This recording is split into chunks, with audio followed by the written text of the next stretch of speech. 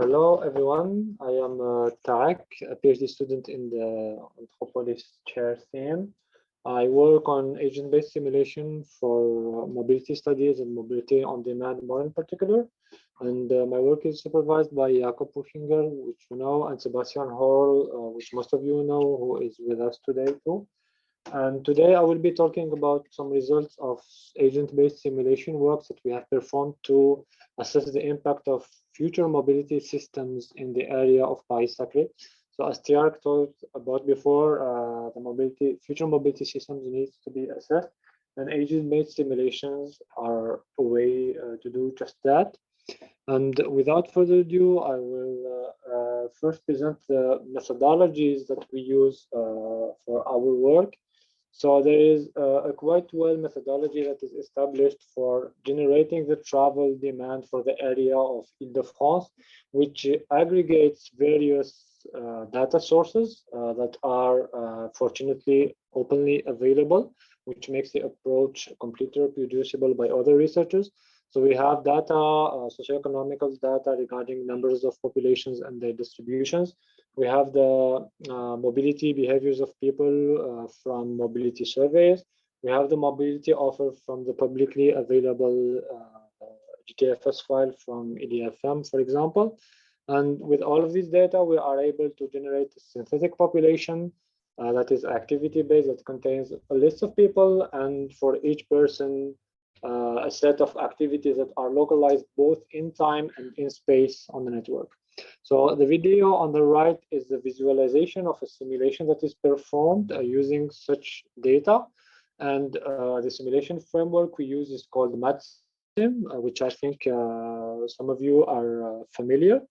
And this tool allows to simulate person by person and vehicle by vehicle the considered people on the given realistic road network. And it allows us to reproduce existing or non-existing mobility systems, for example, public transports or other more elaborate systems like mobility on demand.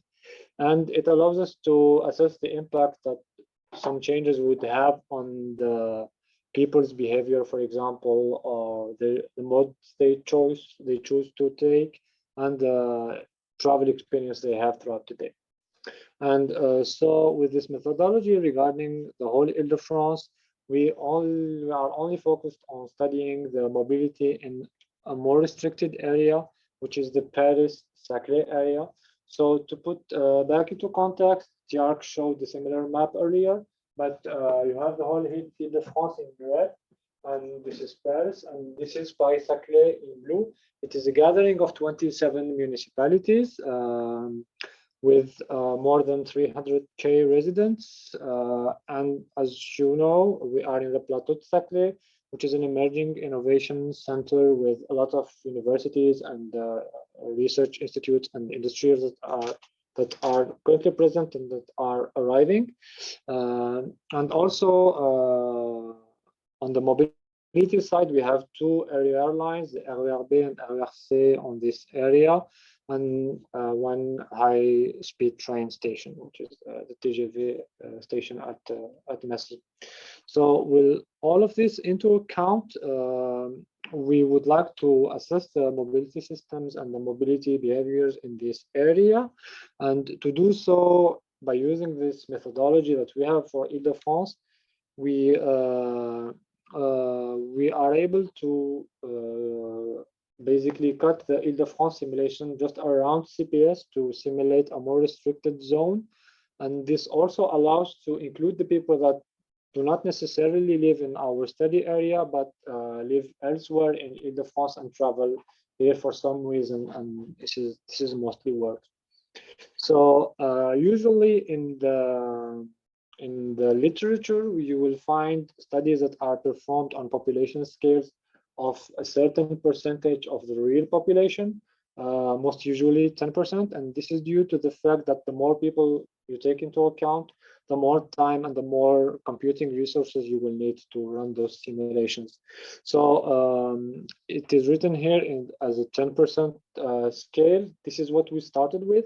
And then we noticed that on this scale of just simulating Paris-Saclay, we could go to 100%, and this is what we did for our studies.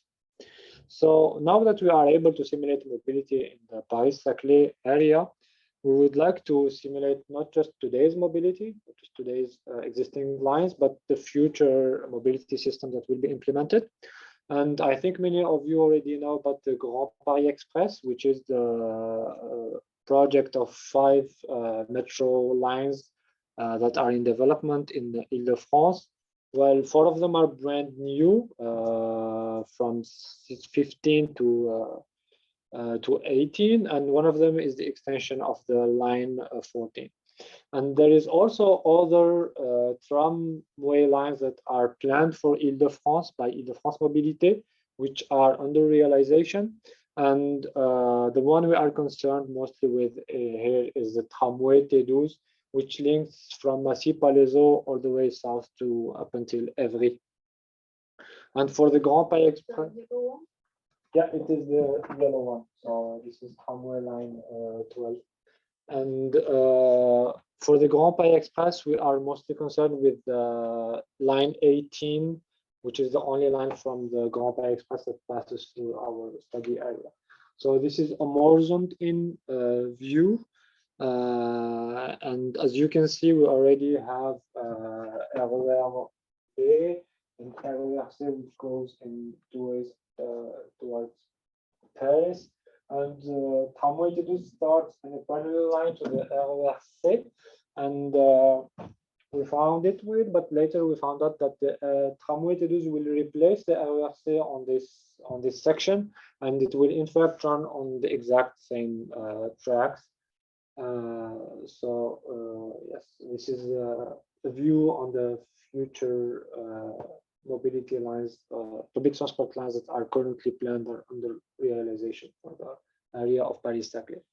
So we would like to simulate them. So our methodology for that is to generate a synthetic population for Ile-de-France, as I presented in the beginning of my presentation. And with this, we obtain a baseline Ile-de-France scenario, which uses the latest available data and reproduces the currently existing public transport offer. On top of that, we will add the Grand Paris Express with its 5 lines and also the tramway T12. And this gives us an Ile-de-France level scenario with these new lines. We will simulate both of them on the Ile-de-France level to have the impact of Grand Paris Express and tramway T12 on the greater area of Ile-de-France. So in this way, we might have people that were not passing through CPS that could pass through our study area, giving the new offer. And we do this on a 100% scale. So these computations take around 3 weeks to run for this number of iterations. And so this is not something that we will do all the time on the Ile-de-France level. That's why using these simulation results, we will cut it around the study area, the Paris-Saclay, and we will simulate just on the Paris-Saclay area, which is a lot faster to run. And we obtain 2 results, one without the new lines and one with the current lines. And these are the ones that are compared in this presentation. So regarding the simulation results, on the left, you can see the comparison of mode shares that are observed in both simulations with and without Grand Paris Express and tramway T12. We can see that there is not a major difference in the mode shares. We see a slight increase in public transport and a decrease in work and almost unnoticeable decrease in car shares.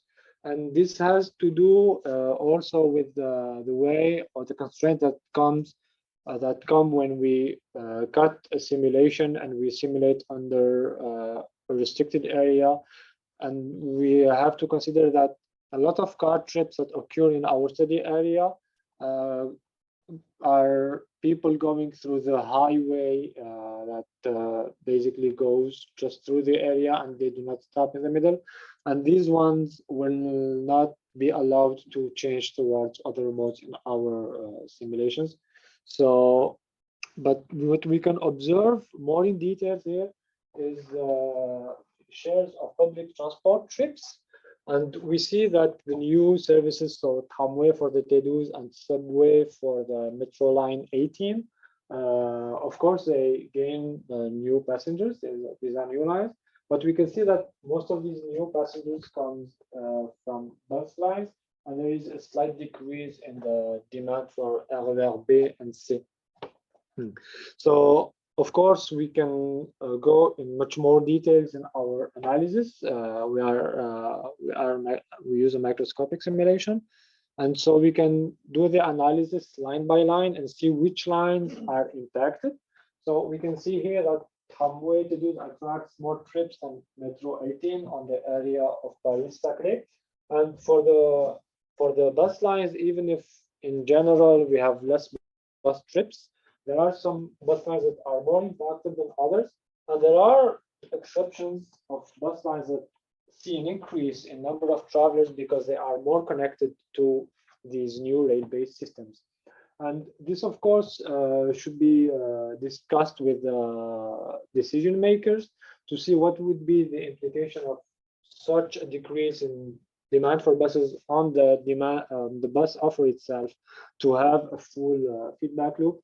And we intend to work on our public institution partners to fully assess these implications. And another interesting point is that even though we have data regarding the future rail-based systems that will be implemented in Paris-Saclay, we know nothing or almost nothing regarding future bus lines that will connect to them. And we know these bus lines will be implemented, but we don't know where they will serve or at which frequency, etc. So we had no data for that. But a potential solution to this and a field that is worthy of investigating here is mobility on demand. But before going into depth into that, we can already state that Metro 18 and tramway T12 will attract many travelers, and these will be mostly coming from buses. As example, if you remember Selma, which was introduced this morning, her homework trips between Saclay and Palaiseau, for example, she will not use the 9111 for these trips, but Metro 18 will be a more attractive solution for her. And now we move to the topic of mobility on demand, especially in collaboration with public transport. In the literature, mobility on demand is a service that is made available by a fleet of vehicles, generally considered as autonomous or automated vehicles, that are scattered throughout the network and ready to serve requests as they appear. And these requests are not known in advance, and this fleet needs to be as available as possible to its users. And in the literature, mobility on demand had been studied quite in depth, but a lacking point is the integration of such mobility on demand systems with public transport solutions and the possibility for intermodal trips. So here we investigated the potential of using mobility on demand system as a feeder system towards rail-based public transport, either as an access or an egress mode. And we have worked to implement such a feature in the MATSIM ecosystem. And for that, we take our RER B, RER C, Metro 18, and Tramway 12 lines, and make the mobility on demand systems available for people who will take these lines. And we position the vehicles near the stations, and we do it in a manner that stations with a high number of travelers throughout the day will have a greater number of vehicles that are positioned initially alongside them. So, and to implement this system in the MATSIM environment, so here we have the origin of the trip for the person. Here its final destination. So we identify the public transport stations that are nearest to both the origin and the destination. and we introduce access and egress mobility on demand trips towards the stations. And in between them, it will be a public transport trip as usual. Of course, we have to give some hints to the traveler about the quality of this trip to be able to choose from the other alternatives. So this is the utility that we compute for such trip. We basically aggregate the utilities for the different sub-trips regarding mobility on demand and public transport. And we have to mention that the utility computation for mobility on demand is pessimistic regarding the waiting times and the travel times, meaning that we consider that these will be at their maximum possible value given the constraints. But they are somehow optimistic regarding the availability of vehicles. They consider that vehicles will always be available. And this needs to be more elaborated in more future works. So with this taken into account, with this implementation of such a mobility on demand system, on the mode shares, it's between the orange and the green bars. So the orange is the scenario with just Grand Paris Express and Tramway 2 added, and the green one is with the feeder system on top of that. So here you can think that PT has decreased, but this mode feeder also includes at each time one public transport trip. So in globality, we have more public transport trips. And when we go in details in which kind of trips are served, we see that this mobility on demand fleet that allows people to go to or from public transport stations make these public transport lines more attractive. So we see an increase in RERB and RERC, and also in the newly implemented tramway T12 and Metro 18. And of course, we have less usage of buses. And also here we can go more into detail and see the more detailed impacts on each line. And one thing to notice here is that RERB gains a substantial amount of passengers because RERB is the main link to Paris. And for example, or maybe most of you here came from Paris by RERB, and maybe you struggled with the buses when you arrived and you wished there was some mobility on demand to get here more smoothly. The simulation shows that indeed it becomes more attractive, but again, the buses lose so much trips that we need to have a loop with the decision makers and the public institutions to see what would be the implications. Especially, we need to go further in considering the economic aspect on the operation of such a fleet and whether it is a desirable alternative or not, especially for peak hours. We don't necessarily want mobility on demand to replace buses on peak hours when it's really crowded. So to also another thing that we can do is to take a look at the distribution of the origins of mobility on demand trips. Here you can see, so these are the rail-based lines that are concerned by the mobility on demand. And we can see that most of the mobility on demand trips originate nearby the lines, nearby the stations. And this makes sense because they are mainly collaborating with them. But we are also able to identify the areas where people want to access these public transport lines from. And this could be used as a